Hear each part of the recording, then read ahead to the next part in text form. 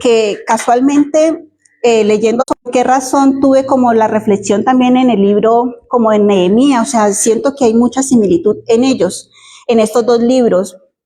Y el domingo que el pastor predicó sobre Nehemías, pues claro, hizo que me, o sea, confirmara como conceptos o que estos dos libros tienen mucha semejanza en sí, en cómo es el Señor con las personas que Él escoge para trabajar en su obra. ¿Amén?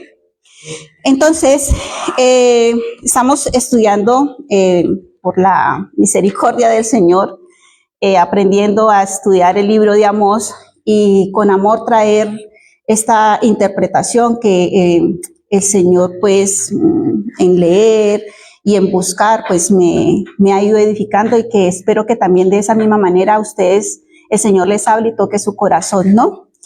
Aunque es un libro bastante fuerte en la forma en que llega el mensaje, en que el Señor envía el mensaje por medio del profeta Amós,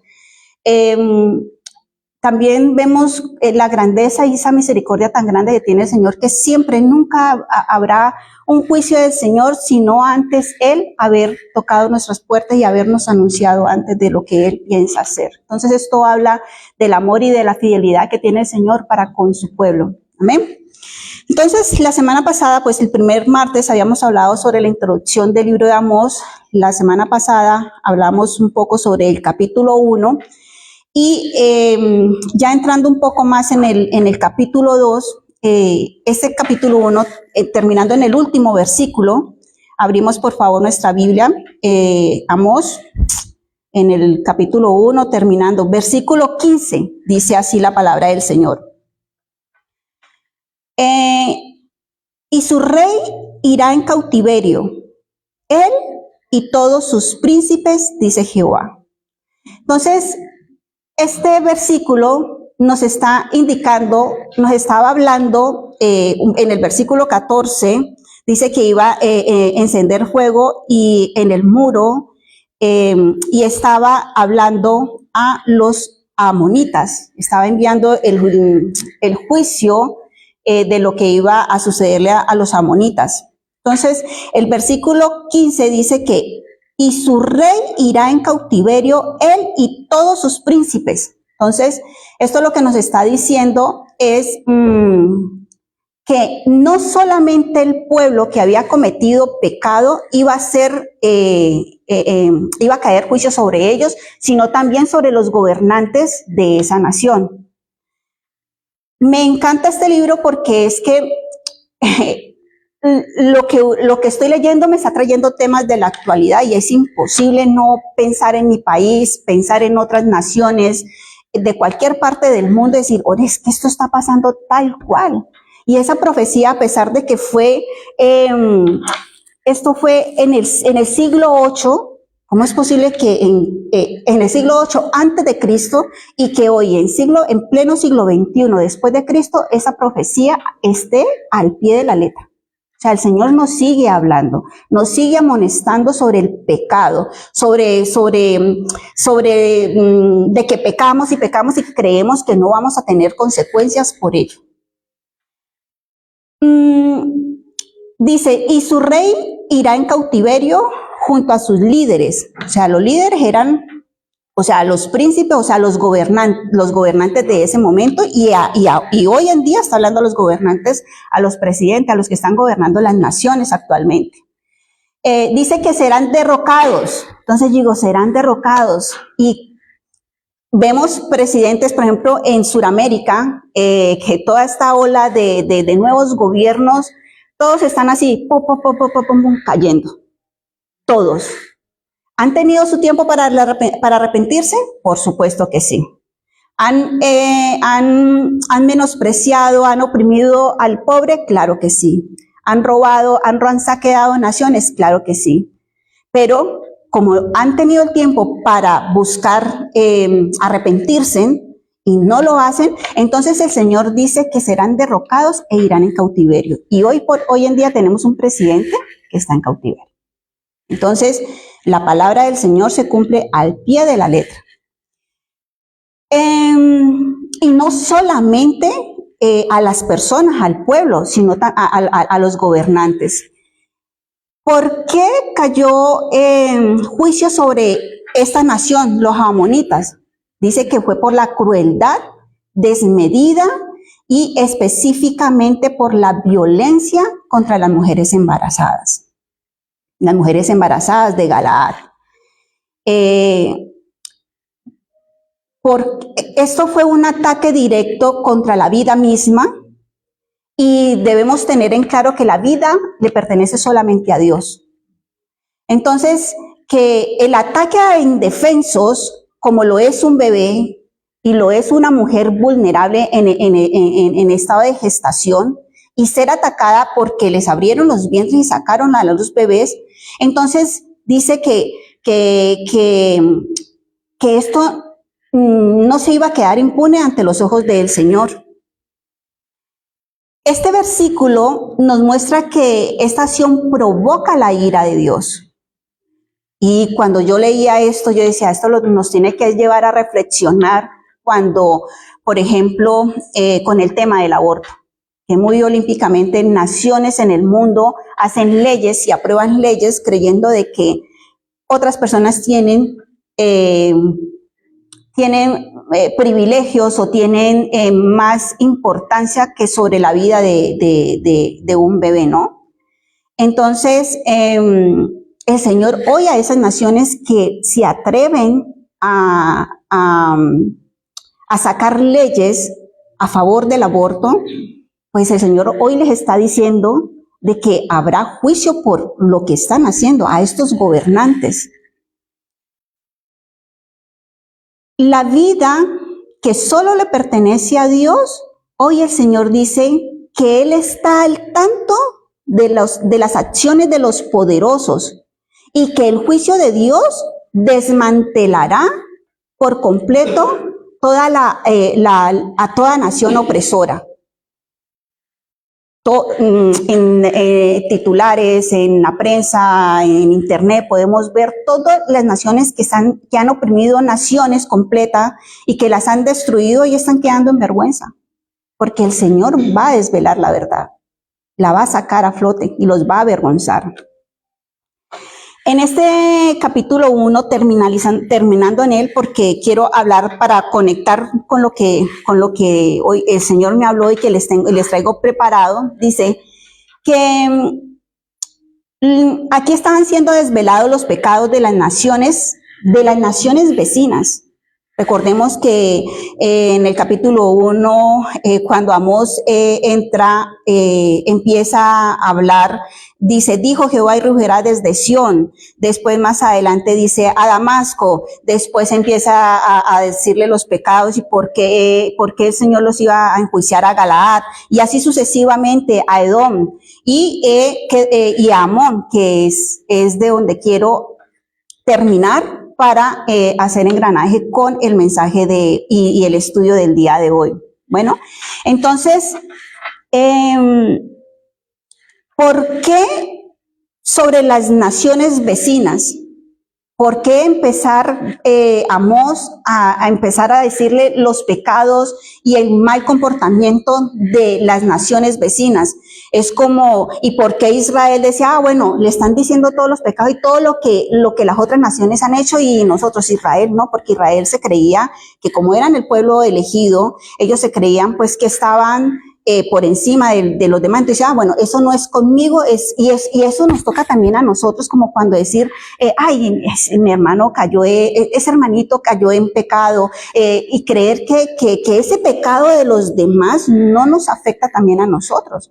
Porque más adelante el Señor dice que sí tenemos nosotros responsabilidad cuando una persona cercana a nosotros, siendo nosotros la luz y la sal, nosotros tenemos responsabilidad de esas personas que están cerca. Entonces, por eso es importante este hincapié y tener claro por qué empezó el juicio con las naciones vecinas. Y después va directamente sobre Israel, porque el mensaje realmente, principalmente era para Israel. Pero por ahí hay un dicho que dice que la mejor parte se hace esperar. Pues la mejor parte, que era la reprensión más grande que iba a ser para Israel, Amós lo deja de último y empieza a dar el mensaje de juicio a las naciones vecinas. ¿De acuerdo? Vale. Entonces, es muy fácil ver el pecado en otra persona. Es muy fácil ver la paja en el ojo ajeno y no nuestra viga. Es muy fácil creernos de que nosotros estamos perfectos, muy bien delante y dicen, no, yo estoy súper bien, y echarse porras. Y también este tema lo trata a donde los quiero llevar, o sea, creerse de que uno no tiene mancha, de que uno no se equivoca, de que estamos haciendo las cosas bien y creernos que está nuestra reputación espiritual por encima de la de los demás. Y no, tenemos que tener cuidado con ello. Entonces, al tener este juicio de ver los pecados de las naciones vecinas, nosotros tenemos que tener cuidado con nuestros propios pecados, como es el tema de la arrogancia, la altivez, el orgullo, el quedarnos pegados por una frase de pronto maldicha, con intención o sin intención. Y hacemos mal con quedarnos con ello, porque efectivamente quien se está haciendo daño es la misma persona. Ninguno, hermanos, absolutamente ninguno de nosotros, nadie, absolutamente nadie, vamos a escapar al juicio de Dios. Hagamos lo que nosotros hagamos, nos equivoquemos, nosotros nos podemos equivocar, nos equivocamos, sabemos que podemos ir al Padre, pedimos perdón, pero lo importante es no solamente pedir perdón, sino refrendar el pecado, o sea, alejarnos del pecado, alejarnos de la causa que nos está llevando a cometer ese error. Y es allí donde tiene que haber ese cambio espiritual de nosotros, de no quedarnos en el error o en el egoísmo o en la arrogancia. Entonces, el autoengañarnos, el creernos que somos perfectos, que nuestro pecado es más pequeño que el del hermano, es un error. Es un gravísimo error. Nos habla Amós dentro de poco de que por autoengañarse, por mentirse a sí mismo, aún así les cayó juicio a ellos. Porque habían principios establecidos ya enviados por el Señor. Y por encima del Señor no estamos ninguno. Amén. ¿Y qué reflexión me lleva a esto? Es que debemos tener claro que hay una hora de juicio, que nos espera un juicio a nuestras vidas. Tenemos que tener claro de que vamos a ser enjuiciados un día de mañana, y por eso es que nosotros tenemos que tener cuidado con nuestras acciones. Y si, hermanos, caemos, pues nada, sabemos que podemos ir al Padre, sabemos que podemos pedir perdón, sabemos que de allí el Señor nos va a levantar. Pero es importante reconocerlo y que por nuestras acciones y nuestros frutos, o sea, cuando ese cambio, cuando nosotros manifestamos ese cambio, es que está el Espíritu Santo viviendo en nosotros, porque ya nosotros no queremos como ofenderlo, y eso no quiere decir que no nos equivoquemos. Claro que nos equivocamos, porque es que tenemos una naturaleza caída, es que caemos en el pecado fácilmente. Pero si estamos en Cristo Jesús, dice la palabra de Dios que somos nuevas criaturas, y entonces en su Santo Espíritu podemos ser edificados y levantados. O por lo menos esto es lo que a mí me pasa.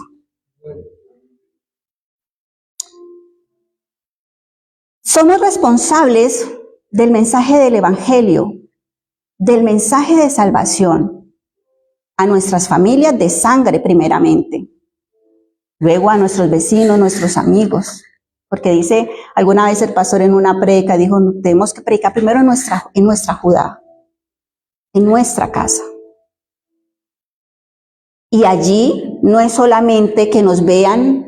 Está bien, claro que sí, nos tienen que ver con la Biblia abierta, porque ¿de dónde más? O sea, ¿de dónde más vamos a aprender si es de aquí? Pero más que nos vean con la Biblia abierta en nuestra casa, es que nuestros familiares, nuestros hijos, nuestro esposo, nuestra esposa, nos vean con ese cambio espiritual. que vean de que ya no somos los mismos de antes, que realmente está habiendo un cambio, una transformación en nuestras vidas, transformación y obra que le pertenece únicamente al Señor, al Espíritu Santo. Este mensaje de juicio, vuelvo y recalco que era principalmente para Israel, pero esto no quiere decir de que los que están alrededor, por ejemplo, nosotros que somos, que gloria a Dios, ya hemos aceptado a Cristo en nuestra vida como nuestro Señor y nuestro Salvador. Hemos sido obedientes, aunque el bautismo no salva, pero es una manera de confesar públicamente que somos hijos del Señor.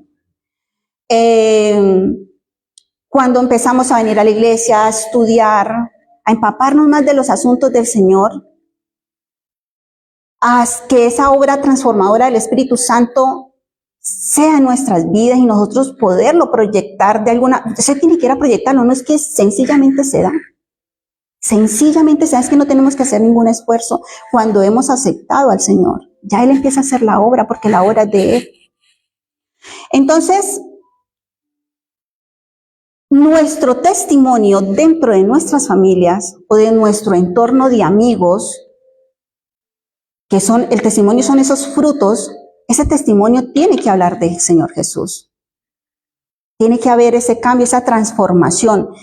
Y de alguna manera, nuestros hijos, nuestro esposo que nos está viendo, que nosotros estamos allí, así ellos no estén convertidos, hermanos, pero el solo hecho de que nosotros estemos allí, ya hay promesa, ya nosotros estamos allí como la luz y la sal en esa casa, en ese hogar.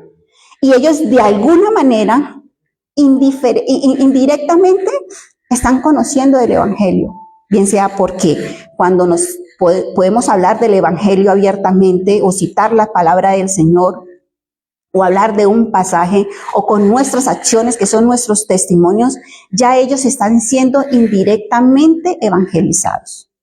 Y esta luz indirecta los hace a ellos responsables también de que hay un Dios, de que hay un Cristo, que hay un Dios verdadero que sana, salva, pero que también es un Dios de juicio. Entonces, ¿por qué a las naciones vecinas fue primeramente llegado el mensaje de amor? Porque ellos de alguna manera indirectamente habían recibido esa luz de Israel, porque habían escuchado lo que Dios, el Dios de Israel, el Dios de Israel hacía por los hijos de Israel. Ellos sabían lo que había sucedido con el pueblo de Israel, entonces ellos conocían de esa luz. Y por haber escuchado de la luz, por haber escuchado del Señor, eso los hizo responsables. Israel quedó de último porque se le iba a demandar más, porque pues fue directamente a ellos a quien el Señor fue primeramente.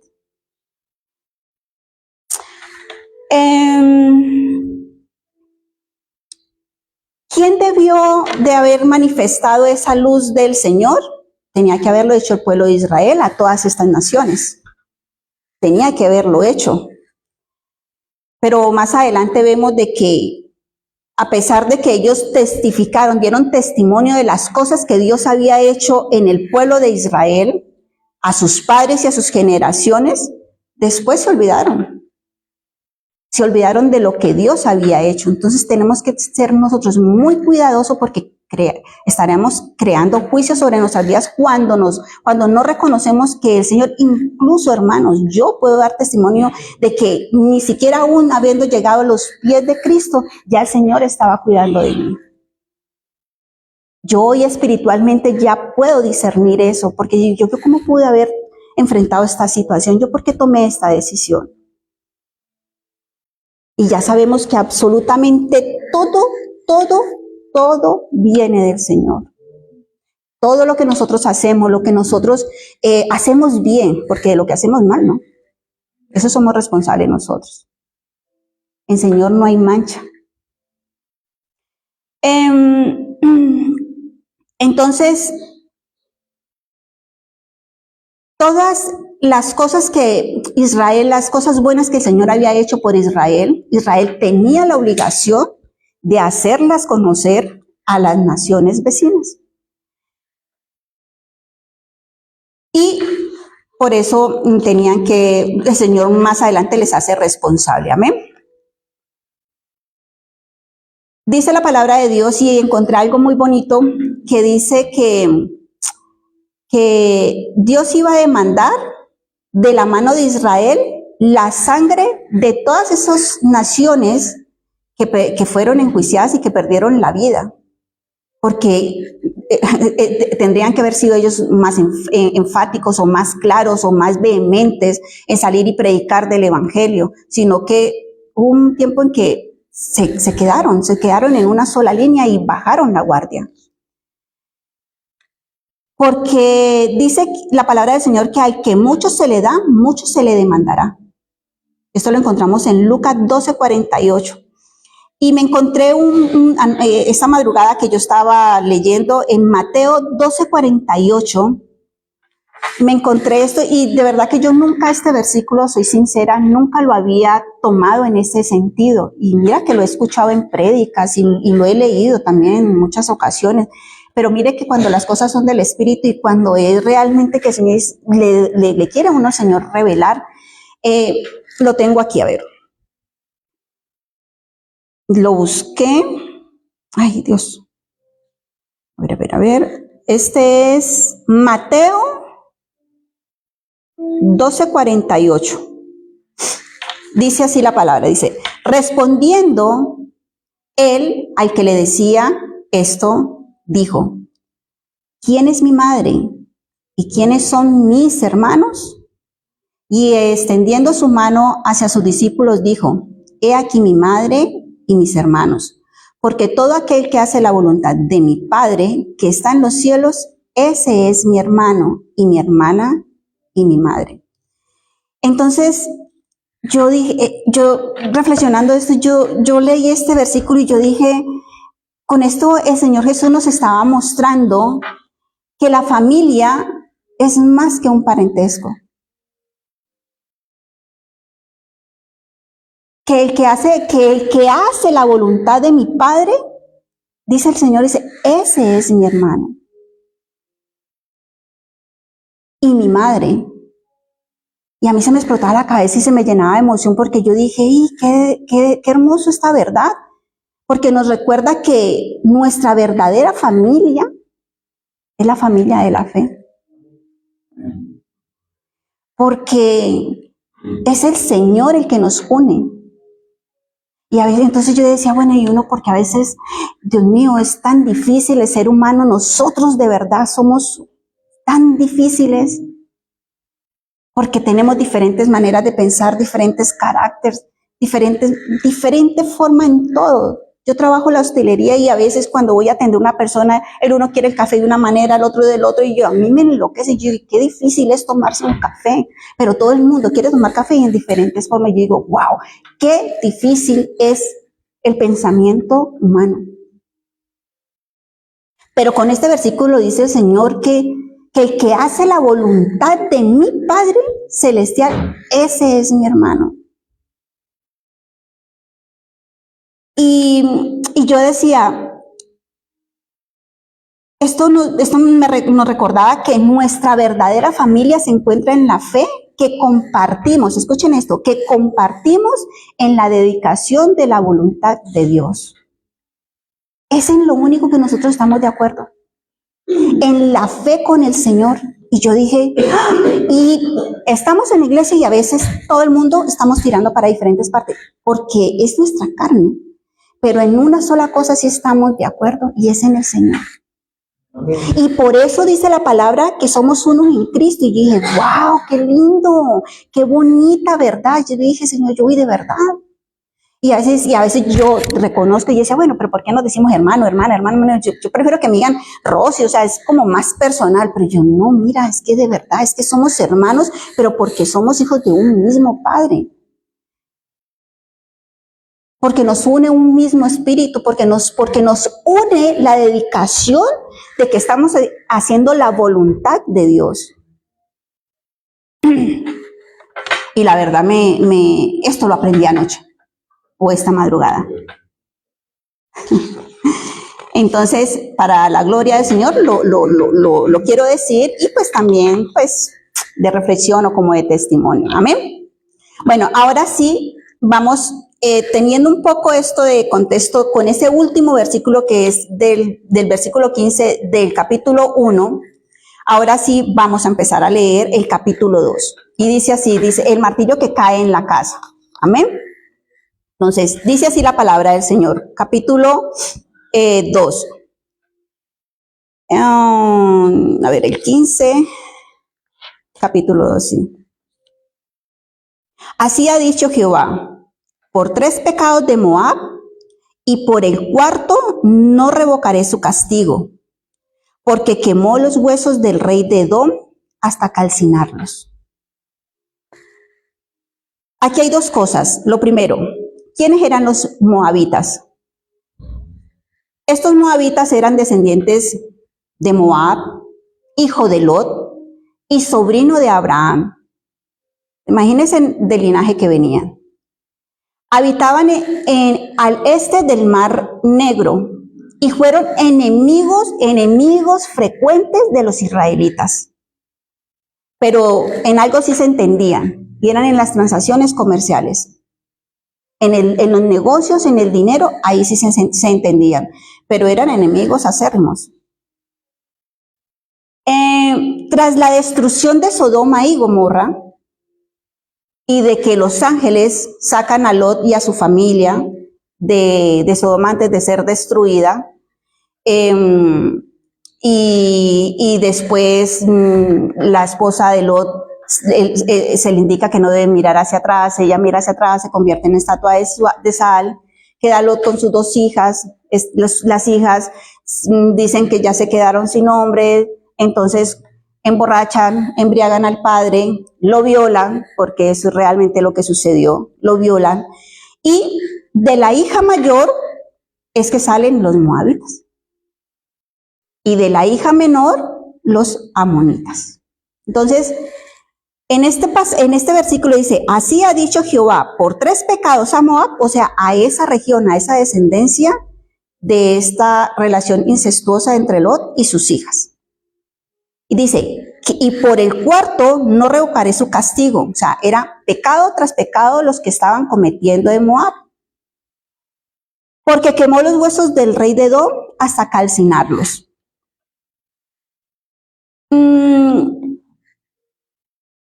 Las prácticas inmorales y las inmorales que tenían los moabitas, porque además era una región de idolatría. Ellos tenían dioses paganos, al dios Kemón y al dios Baal, y su culto implicaba sacrificios humanos. Y estos sacrificios, de estos sí no estaba de acuerdo los israelitas, entonces ellos religiosamente podríamos decir que obviamente no compartían y por eso pues tenían esta diferencia entre ellos. Pero yo decía, bueno, pero si religiosamente no se veían bien, pero en temas comerciales de dinero, o sea, sí se entendían, o sea, sí tenían relaciones. Las prácticas inmorales de los israelitas, ellos las tenían prohibidas, entonces por eso tenían esta diferencia con los moabitas. A pesar de todo este desastre con los moabitas, hay algo bueno que sí salió de allí, de esa tierra. Y fue también una mujer, Ruth la moabita, que fue redimida por Booz, que al casarse con Booz, y donde ella hace una declaración muy bonita, donde dice que tu Dios será mi Dios y tu pueblo será mi pueblo.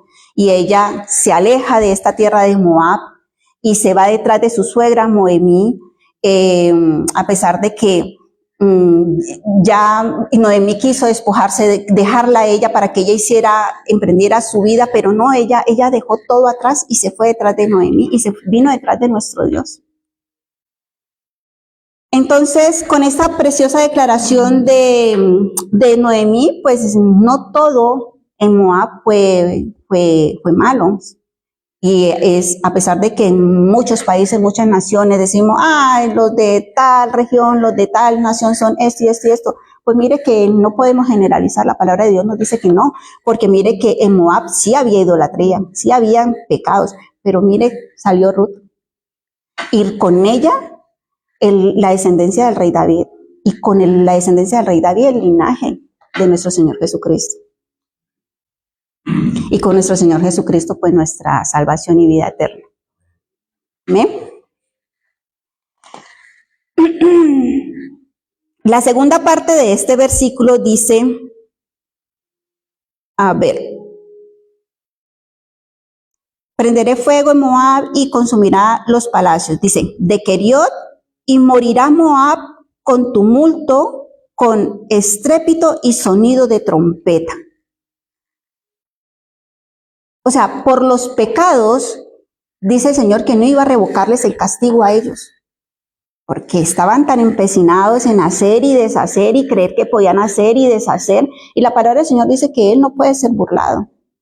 Entonces y dice que además con el Señor iba, dice, con estrépito y sonido de trompeta, o sea, los iba a hacer públicamente, iban a quedar avergonzados por sus pecados.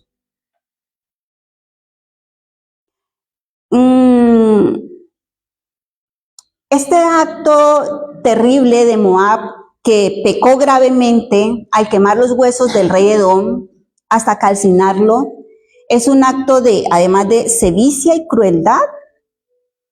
Y aunque la Biblia estuve buscando y le hacía preguntas, honestamente, yo estoy aprendiendo también con ustedes, hermanos, a aprender de la palabra del Señor. Estamos aprendiendo juntos. Entonces yo buscaba, ¿qué quería decir esto del tumulto con estrépito y sonido de trompeta? Y no encontré mayor relevancia. Decía que la Biblia no daba más detalles de esta segunda parte de este versículo, pero de que ese acto sí sucedió. Entonces, si la Biblia no habla más, pues aquí no hay nada más que decir. En el versículo 2 dice, y prenderé fuego a Moab. El fuego es juicio. Dice, el fuego, dice que porque mataste, dice que como ellos mataron a fuego iban a ser también heridos. Entonces, esto es como que con la misma vara que nosotros medimos, con esa misma vara vamos a ser nosotros medidos, ni más ni menos. Entonces, cada nación recibió castigo conforme ellos habían cometido pecados. Eso es juicio de Dios. Dice, y la segunda parte dice, y morirá Moab con tumulto, con estrépito y sonido de trompeta. Sufrirá castigo, no sin advertencia. Siempre seremos advertidos de parte de Dios. Siempre vamos a ser advertidos de parte de Dios. Hasta lo último, el Señor tiene misericordia con nosotros. Y si si una persona se condena, si una persona insiste en seguir pecando y haciendo lo malo, ya es responsabilidad de cada quien. Por eso era que las naciones vecinas eran responsables, a pesar de que el Señor le iba a pedir cuentas a Israel de por qué no habían sido luz y sal para ellos, pero eso no significaba que ellos no iban a responder por los pecados que hicieron, porque ellos sí habían escuchado de ese Dios de Israel. Versículo 3. Y quitaré el juez de en medio de él, y mataré con él a todos sus príncipes, dice Jehová. Todas las acciones que nosotros hagamos traerán una consecuencia, ni más ni más. Todo lo que nosotros hagamos traerá consecuencia. Es una ley, o sea, es como que todo lo que sube, baja, no hay manera. Todo, absolutamente todo. va a traer consecuencia de las cosas que nosotros hagamos, de nuestros pensamientos, de nuestros pecados, hasta lo que creemos que hacemos y que nadie se entera. Pues sí, si no te arrepientes vas a tener que pasar vergüenza públicamente, vas a ser avergonzado, el Señor va a desvelar la verdad. Versículo 4. Así ha dicho Jehová, por 3 pecados de Judá y por el 4 no revocaré su castigo.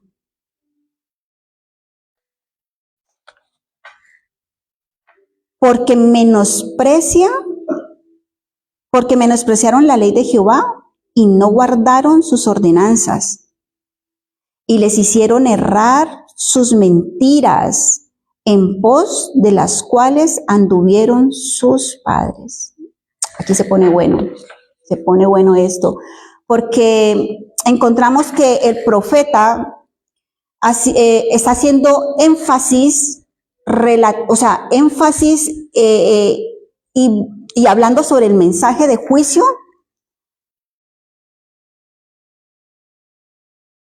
para que a ellos les quedara muy claro por qué iban a ser enjuiciados. Así ha dicho Jehová, por 3 pecados en Judá, ahorita ya está hablando sobre la región de Judá, y llega el profeta y les dice que por tantos pecados cometidos que ellos habían hecho, ¿y cuál era el castigo que ellos habían cometido? Lo responde el mismo versículo, porque menospreciaron la ley de Jehová. La ley de Jehová son los 10 mandamientos. Y no guardaron sus ordenanzas. O sea, menospreciaron la ley y no guardaron sus ordenanzas. Menospreciaron la ley y no guardaron sus ordenanzas.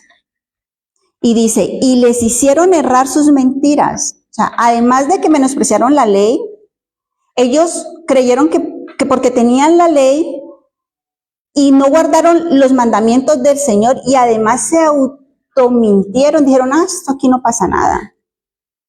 Eso no pasa nada si no cumplimos la ley. El Señor nos dio la ley. Eso Él vuelve y nos defiende el día de mañana cuando nos vea a nosotros en dificultades. Estaban menospreciando al Señor. Estaban menospreciando las ordenanzas.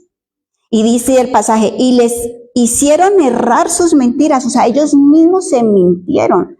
No, es que mi pecado no, yo soy una santa. Es que la otra hermanita, esa sí es una pecadora. O sea, esa sí hace más cosas. No nos podemos autoengañar. Nosotros tenemos que reconocer que somos pecadores en todo momento y que necesitamos de la misericordia del Señor todos los días. Afortunadamente dice la palabra de Dios que son nuevas todos los días. ¿Qué tal que no fuese así? ¿Dónde estaríamos nosotros de verdad? Por eso no nos podemos creer mejor que nadie. Ni que el hermano, ni que el pecado del hermano, que el otro cayó y entonces mira, este cayó y yo soy impoluta, yo soy santa. No, es falso. Debemos ser mansos, tenemos que ser humildes. Y nuestro mejor espejo es el Señor. Cuando a Él lo estaban crucificando, cuando a Él lo estaban enjuiciando, cuando estaba al frente de Pilatos, de César, y lo estaban abofeteando y le estaban diciendo, Él no decía nada. Él era en silencio, Él era callado.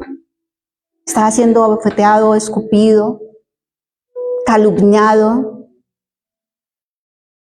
comparado con otros que sí habían hecho lo malo, y Él no dijo nada, Él era callado.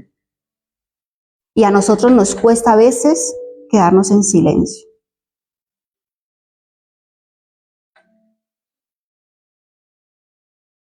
No nos podemos creer mejores que nadie, que ningún otro hermano ni nada. Tenemos que ser temerosos del Señor y sí aprender a ser humildes.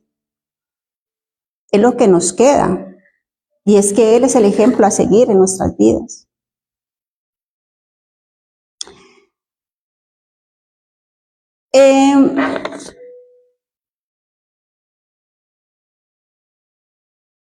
La segunda parte dice, ¿por qué recibieron el castigo? Pues lo está diciendo el mismo versículo, ¿no? Que fue porque menospreciaron la ley de Jehová y no guardaron sus ordenanzas. En este versículo 4 dice el Señor, yo a ustedes les di mis ordenanzas, les di mis mandamientos. Esa ley que la palabra de Dios dice que Él escribió con su propio dedo. ¡Ja! Que Él mismo escribió con su propio dedo. Dice que sabemos que se la dio a Moisés. Pero mientras Él se la estaba entregando al Señor, a su pueblo, sus ordenanzas, ya ellos estaban acá, ya se habían olvidado de lo que el Señor acababa de hacer por ellos, de lo que el Señor hacía por ellos en el desierto.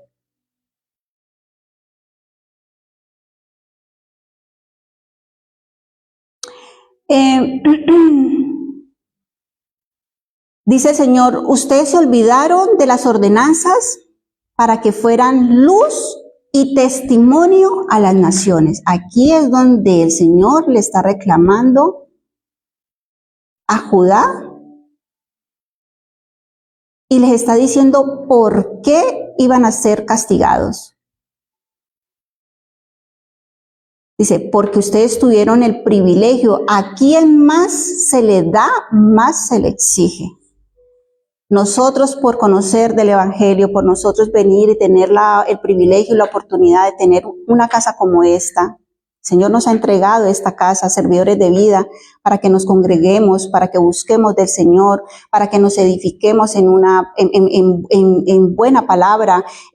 Esta iglesia es una iglesia de tierra fértil, es una buena tierra para crecer espiritualmente.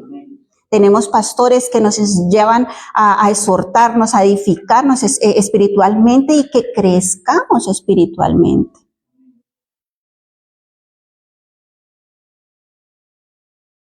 Entonces,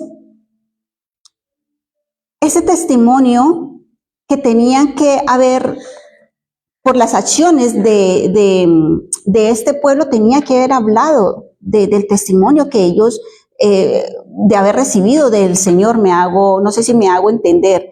Entonces, que por haber tenido más privilegio, a ellos más se les iba a exigir. A nosotros, a cada uno de ustedes, hermanos, el Señor le va a exigir. ¿Cómo le parece? Usted ya no es inocente del juicio del Señor. Y eso nos tiene que llevar a la reflexión de tener temor, y temor de apartarnos, temor de perder la vida, esa salvación que el Señor nos ha dado. Es un regalo inmerecido, no nos lo merecíamos, pero ahí Él estuvo dispuesto a hacerlo hasta decir consumado es. Y de allí se hicieron todas las cosas nuevas. Y hasta la historia se partió en dos, en un antes de Cristo y un después de Cristo. Y se hicieron tan nuevas las cosas que hasta la forma de contar los siglos cambiaron. Qué bello. Yo dije, Dios mío, qué hermoso. De verdad que es tan bonito uno poder leer y empaparse de la palabra del Señor, cómo el Señor le habla a uno y cómo toca a uno el corazón. Y yo en la madrugada, de verdad que me despierta el Señor y empiezo yo, y el Señor a traerme, ya quisiera yo tener donde inmediatamente ponerme a escribir todo eso que el Señor me va trayendo en ese instante de estar durmiendo. Mi cerebro sigue funcionando. Y yo, desafortunadamente no me puedo parar, porque si me paro me vuelvo un lío. No me puedo parar, de verdad, pues por respeto a mi esposo hay que moverlo, aprender luces, pero de verdad que es muy bonito tener esa relación y como que esta palabra quiere decir esto y el Señor está diciendo esto y me emociona. Y sé que es un momento flash, que si uno no aprovecha en ese mismo instante a escribirlo y a buscarlo, ya se fue. Pero bueno, afortunadamente podemos volver a su palabra y Él ahí está, su Espíritu Santo otra vez volviéndonos a hablar. Entonces, gloria a Dios por ello.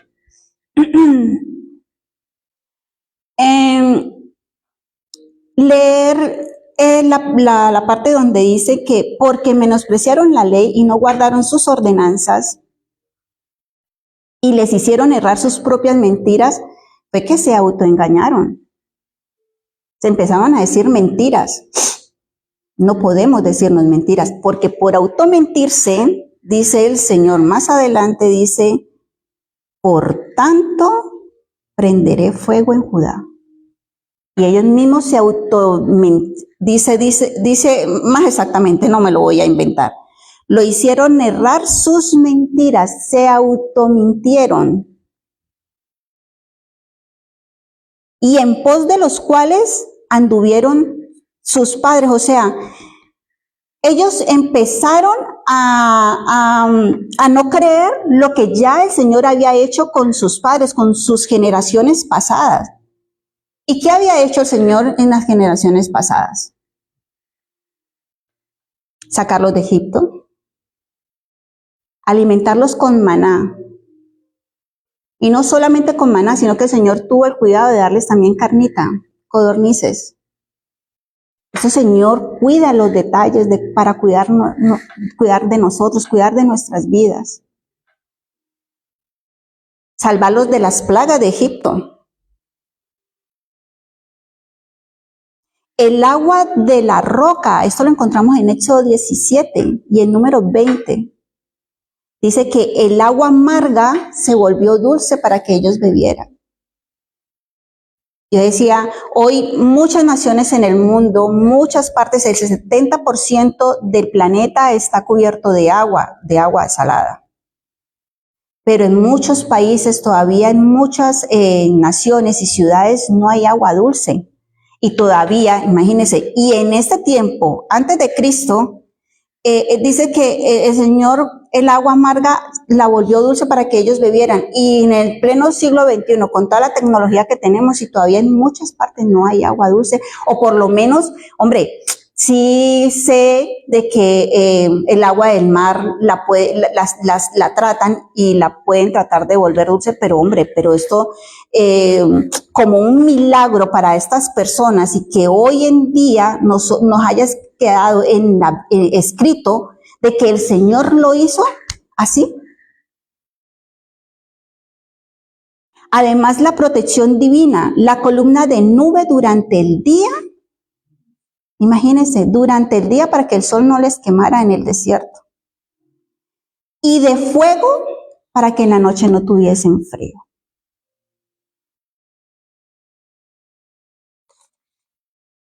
La ropa y el calzado no se desgastaron durante 40 años mientras ellos estuvieron en el desierto. El río Jordán se secó para que ellos cruzaran, muy similar a lo que pasó con el Mar Rojo. Y está el sol y la luna detenidos para que ellos ganaran una batalla. Cuando Josué oró. Y todas estas maravillas era de las que el Señor les decía, pero es que ustedes se han olvidado de lo que yo he hecho por ustedes. Y aún así se atreven a no guardar mis mandamientos, mis estatutos, y para colmo decir de que no pasa nada. Sí pasa. Y en el versículo, dice, prenderé, por tanto, a causa de esto, de lo que ustedes están haciendo, prenderé, por tanto, fuego en Judá. Por no guardar sus ordenanzas, por no guardar sus mandamientos, demostraron desagradecimiento. Y tenemos que ser cuidadosos de ser desagradecidos, porque el ser desagradecidos trae juicio sobre nuestra casa, sobre nuestras vidas. Eso es lo que está diciendo el Señor. A Judá, por haber sido desagradecidos, por haberse olvidado de lo que el Señor ha hecho por ellos. ¿Cuántas cosas no ha hecho el Señor en nuestras vidas? No nos podemos olvidar, porque tal vez lo que hoy le hemos pedido al Señor, el Señor hoy no lo ha respondido. ¿Tú qué sabes cuándo es el momento oportuno, cuándo es el momento perfecto que el Señor te va a responder? Y por eso hay que olvidarnos de lo que ya hizo por nosotros. Tenemos que ser agradecidos. La ley de Dios, sus ordenanzas, hermanos, lo que revelan es el carácter de Dios.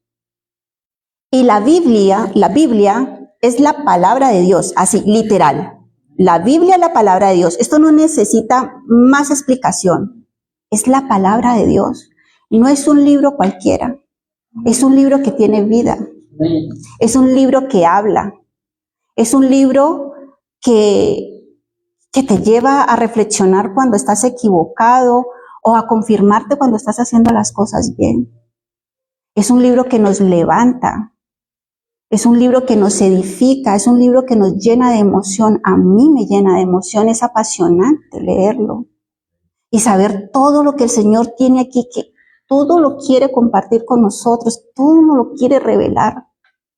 Pero la manera de nosotros encontrar esa revelación es de verdad disponer nuestro espíritu y leer este libro de verdad en el espíritu, disponer nuestra alma, nuestro tiempo, orar para que el Señor nos hable a través de él.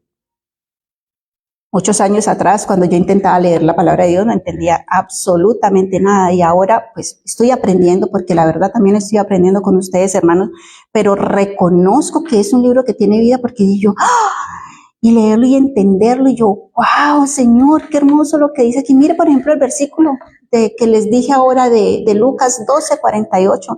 Yo nunca lo había visto y en la madrugada el Señor me dijo, ¿qué es esto? Y lo sentí así, yo dije, qué bonita verdad. Que nosotros no somos hermanos al azar. Nosotros somos hermanos en Cristo Jesús, en Él, dentro de Él. Ese Él es dentro de Él. Es un libro que tiene vida y que es apasionante leer. Por eso es importante leerlo, sacar tiempo para leerlo, sacar ese tiempo precioso. Hermanos, los felicito, que el Señor, que ustedes tengan esa motivación de venir a buscar al Señor por medio de su palabra, de que les pueda hablar, de que nos pueda levantar, que nos pueda reconfortar, porque es la única manera que tenemos para después nosotros poder hablarle a otros y poder levantar a otros con nuestro testimonio, con lo que el Señor ya nos está hablando, como Él nos está edificando.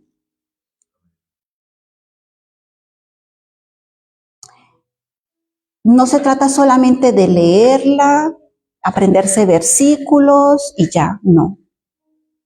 Además de leerla y aprender los versículos, que está muy bien, es poner estas enseñanzas en práctica. Porque la Biblia, la palabra de Dios, es un manual de vida. Y no vaya a ser que el Señor después nos diga, mire, como los de Judá, que tenían las ordenanzas, tenían el testimonio de sus padres, de sus generaciones pasadas, que en pos de las cuales anduvieron sus padres, lo que el Señor había hecho con sus padres en todos los milagros que el Señor hizo a Israel.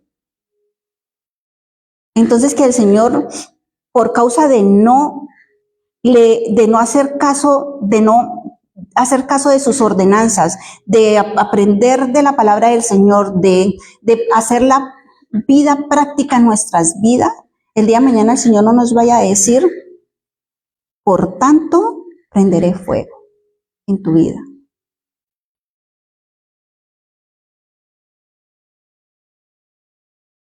Ellos perdieron la humildad imaginando que ya no necesitaban del Señor.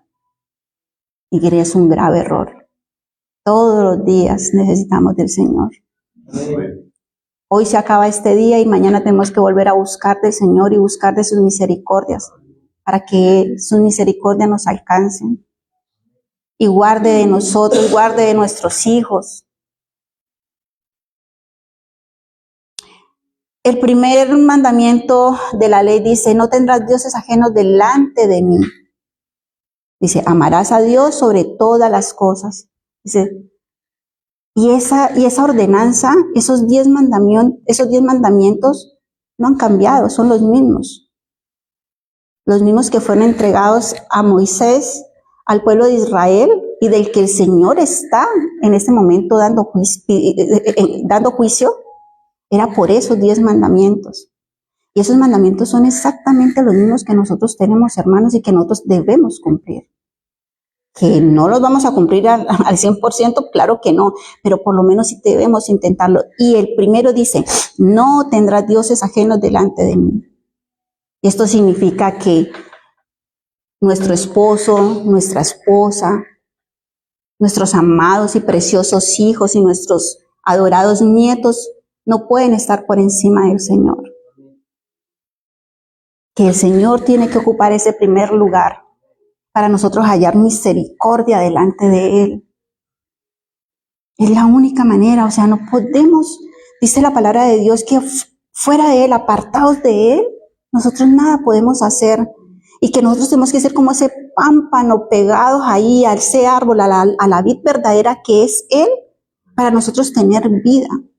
No nos podemos dejar arrancar, porque el pámpano, la rama que se deja arrancar, esa cae. Y tarde que temprano su vida se seca, ya no va a echar fruto. Así quede la rama al pie del árbol. Tienes que estar pegada a Él. Eso dice la palabra. Entonces, este capítulo 2 son 5 versículos, de verdad, pero con una enseñanza espiritual muy grande. Que no debemos apartarnos del Señor, que no nos debemos olvidar de las cosas que el Señor ha hecho en nuestras vidas. Que el Señor siempre ha cuidado de cada uno de nosotros, hermanos. Aún antes de venir a Él, Él ha tenido misericordia. Y que ahora que nosotros estamos siendo luz en nuestra familia, nuestro testimonio tiene que hablar a nuestra familia, a nuestros hijos, a nuestros nietos, a nuestros amigos que dirán, nada que ver, o sea, y es más, dicen que los amigos son esa familia que uno escoge.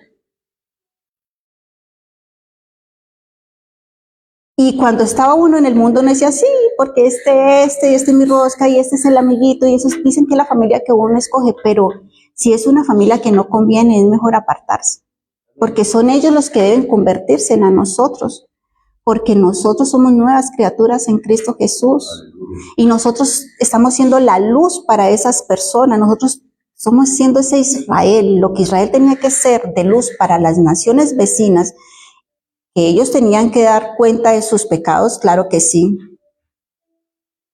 pero que igual habían escuchado del Señor de alguna manera, porque todas estas verdades de todo lo que el pueblo de Israel había recibido de mano de Dios, ellos, las naciones vecinas sabían, y hoy también, las personas que no se han convertido, que no se han vuelto a Dios, con esto del boom del internet, de tantas personas predicando el evangelio por las redes sociales, esas personas están siendo edificadas de alguna manera, y aunque no acepten el día de mañana, o sea, no acepten a Cristo en su vida, ya ellos por escuchar ya tienen responsabilidad y van a tener juicio si no se arrepienten y llegan a los pies de Cristo, obviamente. Tenemos que, de verdad, que cuando oremos, orar por esas personas, porque no nos debemos alegrar, porque ellos no están en Cristo Jesús. Nos debe doler que estas personas no hayan llegado a Cristo. Y aún las que han estado y que se han apartado, todavía más. La iglesia no es solamente esta iglesia, una iglesia en particular. Cuando hablamos de la iglesia, estamos hablando de la iglesia en Cristo en el mundo. Todos somos uno, una sola iglesia. El Señor viene por una sola iglesia. Entonces, el Señor nos termina con este capítulo 2, llamándonos a la reflexión, a que no nos debemos autoengañar, no nos debemos creer mejores que nadie, que los pecados de los demás no son más grandes que los propios, que debemos guardar la ley del Señor, o sea, sus ordenanzas, en lo posible. Tenemos que ser fiel a lo que el Señor ha pedido, lo que el Señor nos ha mandado a hacer, ¿no? Entonces, ya con este último versículo, el versículo 5 del capítulo 2, terminamos el día o la tarde de hoy, y ya a partir de la próxima semana, si Dios nos presta la vida, entonces estaremos entrando ya en materia con lo que el Señor le viene a decir a Israel. Amén. Bueno, Dios les bendiga, hermanos. Ahora vamos a